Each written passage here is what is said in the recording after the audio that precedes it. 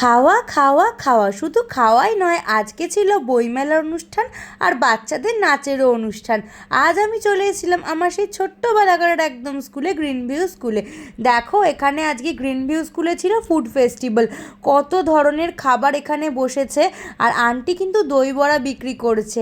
আর যাই হোক, তারপরে আমরা চলে এলাম বইমেলার অনুষ্ঠানে। দেখো এখানে কত ধরনের সব বই বিক্রি হচ্ছে। আর আমার তো বই পড়তে সেরকম ভালোই লাগে না। আমার মা বলছিল যে বই নে, আমি বলছি দূর, আমি নিজের বই পড়ি না, আমি আবার এখান থেকে কি বই নেব। আর দেখো এখানে কত ধরনের খাবার বিক্রি হচ্ছে। এটা হচ্ছে উপরে হচ্ছে, আর নিচেও হচ্ছে, উপরেও হচ্ছে। এখান থেকে আমরা কিছু খাবার কিনে নিয়েছি। আর খাবার খেতে খেতে দেখছি ছোট ছোট বাচ্চারা কি সুন্দর নাচের প্রোগ্রাম করছে। এখানে ছেলেরাও করছে, মেয়েরাও করছে।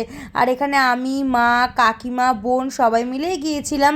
আর যে যার মতন খাবার কিনে সেটাই খাচ্ছে। প্রথমে ঘুগনি নিয়ে নিয়েছিলাম, ঘুগনিটা খুব একটা ভালো ছিল না খেতে। তারপর ডিমের ডেভিলটা নিয়ে নিয়েছি, মোটামুটি সব কিছুই খাবার ভালো ছিল।